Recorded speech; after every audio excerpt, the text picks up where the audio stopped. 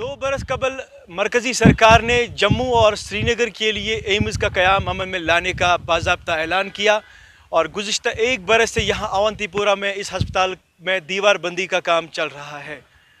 گزشتہ اتوار کو ملک کے وزیر اعظم نریندر مودی نے باضابطہ طور سے اس ہسپتال کا افتتاح کیا۔ ہم چند مقامی لوگوں سے بات کریں گے اور جانیں گے کہ اس ہسپتال کے بارے میں ان کی کیا رائے ہے۔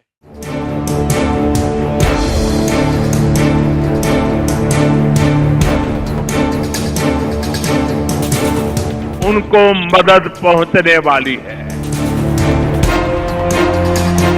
مختلف بیچز میں اس بی پی او میں تربیت پائیں گے کہ آپ کی شکشا کا ایک پربھاو جو میں دیکھ رہا ہوں آپ میں جی کے ساتھ جڑے ہوئے نوجوان ہیں، آئیے آپ میدان میں آئیے، ابیر سے بھی آپ آگے جائیں گے، یہ میں وشواس دیتا ہوں آپ کو۔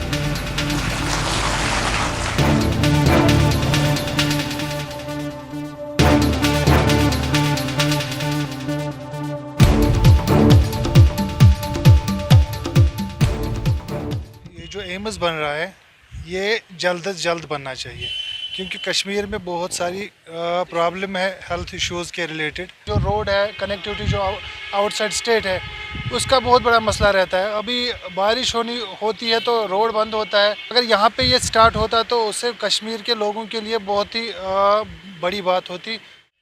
یہ بڑی اچھی بات ہے کشمیر پروجن کے لیے، یہاں پہ ایمز بن رہا ہے۔